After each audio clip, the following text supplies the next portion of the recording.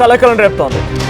తెలుగు రాష్ట్రాల్లో మరీ ముఖ్యంగా ఏపీలో 4 జిల్లాల్లో కోవిడ్ అలజడి సృష్టిస్తోంది. కోవిడ్ పాజిటివ్తో 4 ఇప్పటికే చనిపోయారు. మీరు వింటుంది నిజమే. ఇప్పుడు ఈ సమయంలో కోవిడ్తో మరణాలు ఉన్నాయనంటే ఈరోజు అఫీషియల్గా ఏపీ ప్రభుత్వం ప్రకటించిన ప్రకారంగా కోవిడ్తో 4 చనిపోయారు. వైరస్ వేరియంట్ని గుర్తించే పనిలో ఉన్నారు వైద్యశాఖ. ఇక జూన్ 26 నుంచి జూలై 16 వరకు 12 కేసులు నమోదయ్యాయి. కడపలో అత్యధికంగా 8 కేసులు నమోదయ్యాయి. గుంటూరులో 2, విశాఖ, కాకినాడలో ఒక్కో కేసు నమోదైంది. 5 నమూనాలని పూణే ల్యాబ్కి పంపించారు.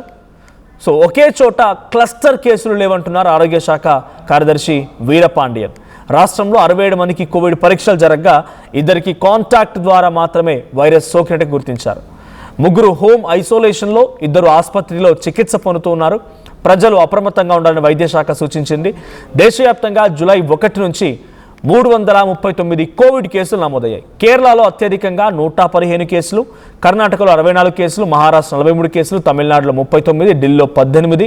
ఇక రాష్ట్రాల పరిస్థితి పైన కేంద్రం కూడా నిఘా పెట్టింది. కేంద్ర వైద్యారోగ్య శాఖ కూడా దీనిపై నిఘా పెట్టింది. సో ఆంధ్రప్రదేశ్లో 4 మరణాలు సంభవించాయి. మొత్తంగా 12 కేసులు నమోదయ్యాయి. సో వివిధ రాష్ట్రాల్లో వివిధ రకంగా ఉంది. అయితే ఇక్కడ అధికారులు చెప్తున్న మాట ఒకటే, ఇది గతంలో మాదిరిగా ఒక దగ్గర వన్స్ స్టార్ట్ అవ్వగానే ఆ కమ్యూనిటీలోనే ఆ రీజియన్లోనే పెద్దగా ప్రబలడం లేదు. ఇది డిఫరెన్స్ ఆఫ్ పాకుతోంది. ఒక్కో దగ్గర ఒక్కో రకంగా ఉంది అని చెప్తున్నారు. కడప జిల్లాలో 8 అంటే ఒక్క దార వచ్చిందని అంటే కంటిన్యూస్గా బ్యాక్ టు బ్యాక్ అక్కడ వస్తూనే ఉంటాయి. ఒకరికి తర్వాత ఒకరికి ఫిజికల్ కాంటాక్ట్, హ్యాండ్ షేక్ ద్వారా కానీ, తర్వాత సలైవా ద్వారా కానీ, స్ప్లిట్టింగ్ వల్ల కానీ ద్వారా వస్తూ ఉంటుంది. కానీ ఇక్కడ అటువంటి మాదిరిగా లేదు అని ఆరోగ్య శాఖ అధికారులు చెప్తున్నారట.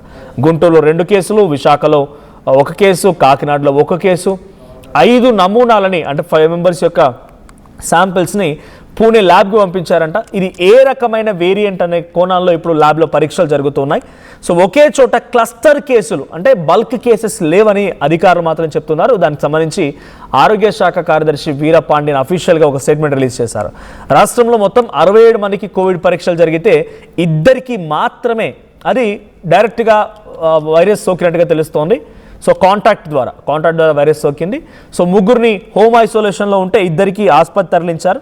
సో మరణాల సంఖ్య కొంచెం తక్కువగానే ఉన్నప్పటికీ డెఫినెట్గా ఇది ఒక ఆందోళనకరమైన విషయం అని చెప్పాలి. ఈ స్థాయిలో మళ్ళీ కోవిడ్ ప్రబలుతోంది అని అంటే డెఫినెట్గా అప్రమత్తంగా ఉండాల్సిన అవసరం అయితే ఉంది. దేశవ్యాప్తంగా కూడా 340 కేసులు నమోదయ్యే సుమారుగా అంటే అర్థం చేసుకోండి ఏ స్థాయిలో కోవిడ్ మళ్ళీ విజృంభణకు సిద్ధమవుతుంది. అది ఒక్కరి దాంతో నమోదైనా అది ఒకరి తర్వాత ఒకరికి విజృంభించే అవకాశం కూడా ఉంది. సో 64 కేసులు కర్ణాటకలో నమోదైతే అత్యధికంగా 115 కేసులు కేరళలో నమోదయ్యాయి. దీనికి సంబంధించి ఏపీ వైద్యారోగ్య శాఖ అధికారులు ఎటువంటి నిర్ణయాలు తీసుకుంటున్నారు, చనిపోయిన వారి వివరాలు ఏంటి, ఏ రకంగా ఐసోలేషన్ తీసుకుంటున్నారు, మరిన్ని అప్డేట్స్ తెలుసుకుందాం. మా ఏపీ ఇన్పుట్ ఎడిటర్ కృష్ణమోహన్ సిద్ధంగా ఉన్నారు. కృష్ణమోహన్, సో ఇక్కడ వైద్యారోగ్య శాఖ నిర్ణయాలు ఎలా ఉన్నాయి? కోవిడ్ కేసులు రోజు రోజుకి పెరుగుతున్నాయి. మరి ముఖ్యంగా ఒకే జిల్లాలో 8 కేసులు నమోదవడం ఎలా చూడాలి? సో ఇప్పటివరకు మరణించిన వారికి సంబంధించిన డీటెయిల్స్ ఏంటి, ఇంకా మిగిలినటువంటి వారి చికిత్స పొందుతున్న వారి పరిస్థితి ఎలా ఉంది?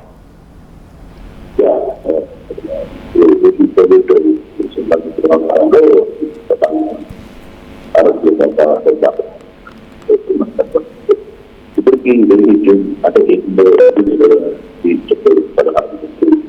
12 కేసులు కడపలో 8 కేసులు అలాగే తగ్గింది లేదు. పెరిగిన పరిస్థితి కూడా లేదు. అంటే అందరూ ఉండాలి. నిన్న 2 ఉంటే ఈ రోజుకి 3 వచ్చింది.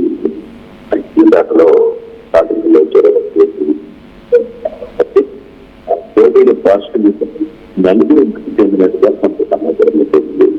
కానీ ఆ 4తో వివిధ కారణాలు కొంత ముందే కొంత తీవ్రమైన ఆరోగ్యాలు సమస్యలున్నాయనేది దాని ప్రకారంగా 5 నమూనాలు మనం స్వచ్ఛన చేసుకునే చెన్నై కూడా వచ్చిన పరిస్థితి. ఇక్కడ రాష్ట్రంలో మాత్రం కొంత కంపారిటివ్ రాష్ట్రాలతో చూసుకుంటే తెలుగుగా అయితే పెద్దగా ప్రస్తుతం అయితే లేదు. కాకపోతే ప్రస్తుతం 3 ఆసుపత్రిలో చికిత్సలు జరుగుతున్న పరిస్థితి మరొకటి డిశ్చార్జ్ చేయాలనేది చెప్తున్నారు. పబ్లిక్ దానికి కావాల్సిన కూర్చోవడం లేదు. ఆంధ్రప్రదేశ్ బాగా క్లియర్గా చెప్పినట్టు ప్రముఖంగా కాబట్టి కొంత ఉండాల్సిన పరిస్థితి. వ్యవహారంగా ఇప్పుడు దేశంలో 339 ఉంటే కేరళలో కర్ణాటకలో మహారాష్ట్రలో ఆంధ్రప్రదేశ్ లో మాత్రం 12 మాత్రమే ఉంటారు. అయితే కొంత రివ్యూస్ ఆంధ్రప్రదేశ్లో స్పెషల్ గా లేదు ఇట్లా క్రియేట్ చేయాలని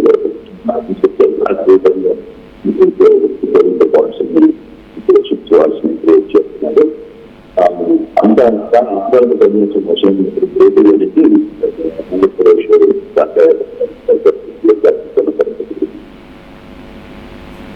రైట్. సో వైద్య ఆరోగ్య శాఖ అధికారులు ఎటువంటి నిర్ణయాలు తీసుకుంటున్నారు అంటే ఎటువంటి విధంగా వైద్య చికిత్స అందుతోంది? బేసిక్గా దీనికి మందు లేదు. సో ఎటువంటి చికిత్స అందిస్తున్నారు ఆ చికిత్స పొందుతున్న వారికి? సంబంధించిన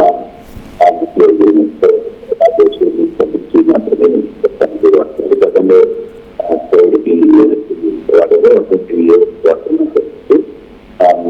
అంటే లాస్ట్ టైం కోవిడ్ వచ్చినప్పుడు పద్ధతినే అంటే గవర్నమెంట్ కూడా ఏమి కాబట్టి కొంత ఇంపాక్ట్ కనబడుతుంది. లాస్ట్ టైం ఏదైతే ఐసోలేషన్ సెంటర్స్ మాత్రం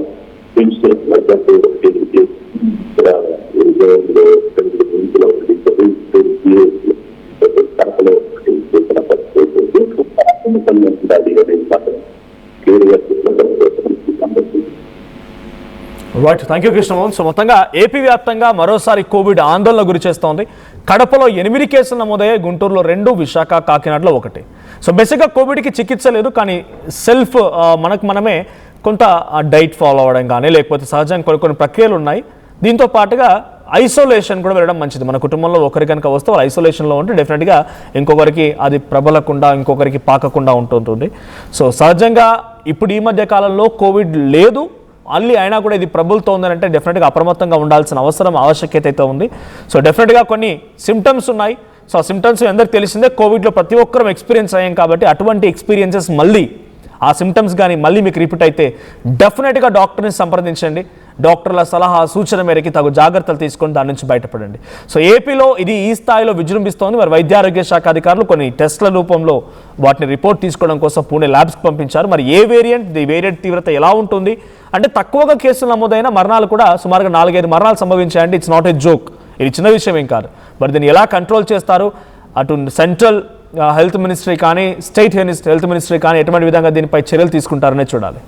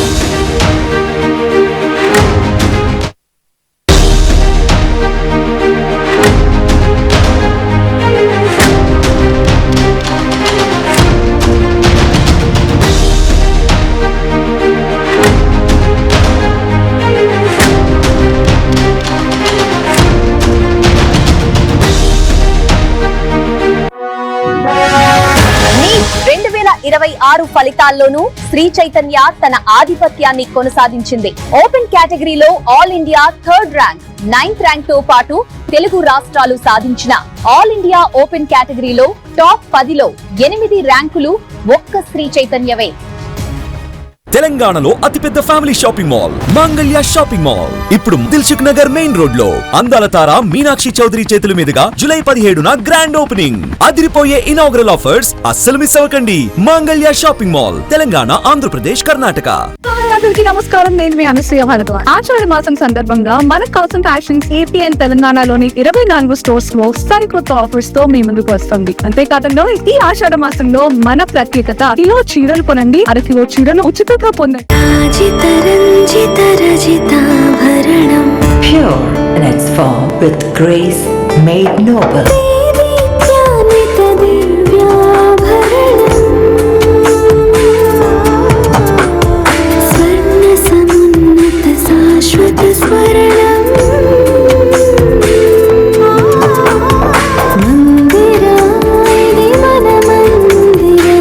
Mandira Premium Silver Jewelry by Manipali. At KL Lay Global Business School, we turn the students of today into the leaders of tomorrow. Global KL Business School. I'm Rishabh, a digital marketing strategist and a football player. I refuse to be one. At Anurag University, be everyone you dream to be. Tournament ముందు paint ఎలా చేస్తాం?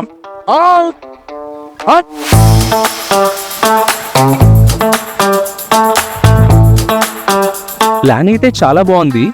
Sir, stadium పరిస్థితి చూడండి. Tournament ముందు paint ఎలా చేస్తాం? Techno paints ఉందిగా. Techno paints, township, dam, stadium లేదా మనీళ్ళు, పెయింట్స్ నుంచి పెయింటింగ్ వరకు పూర్తి సొల్యూషన్ కావాలంటే మేమున్నాం. కానీ సార్, టైం కి పూర్తవుతుందా? రోజుకు 23 లక్షల స్క్వేర్ ఫీట్ పెయింటింగ్ చేయగల సామర్థ్యం, 5,000 మంది స్కిల్డ్ లేబర్ టీం మా వెంట ఉంది. 23 లక్షల? అవును. ప్రపంచ స్థాయి రంగులు, అద్భుతమైన షేడ్స్ తో భారతదేశపు అసలైన పెయింట్ మరియు పెయింటింగ్ శక్తిని నేనే. We are Techno Paints. Techno paints.